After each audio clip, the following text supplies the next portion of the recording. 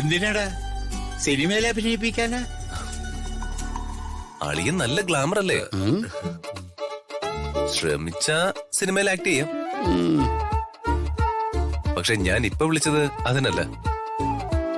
വർമ്മ സാറിനോട് പറഞ്ഞ ഞാൻ അളിയന് ചെറിയൊരു ജോലി ശരിപ്പെടുത്തി തരാം.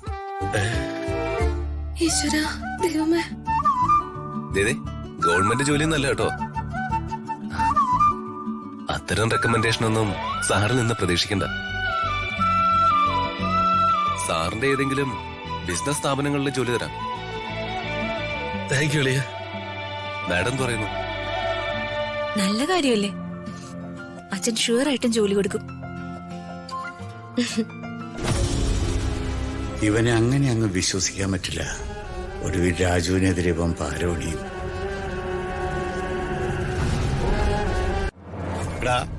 അത് വേണ്ടടാ, അതൊന്നും ശരിയാവില്ല.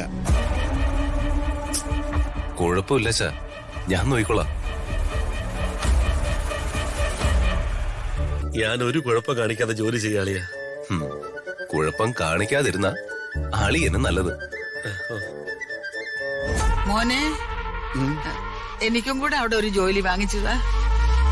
അവിടെ മുറ്റം മുഴുവൻ ടൈലിട്ടിരിക്കുക. അവിടെ അടിച്ചുതൂപ്പിന്റെ ആവശ്യമൊന്നുമില്ല.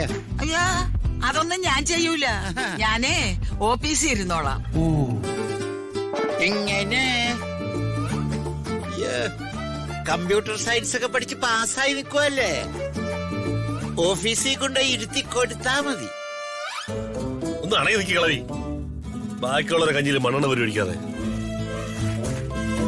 അളിയ, ഞാൻ ഈ ഡ്രസ്സൊക്കെ മാറിയിട്ട് ഇപ്പൊ വരാവേ. ശരി അളിയ, പാടി. ഇത് പാരയാവാതിരുന്നാ മതിയായിരുന്നു. അച്ഛാ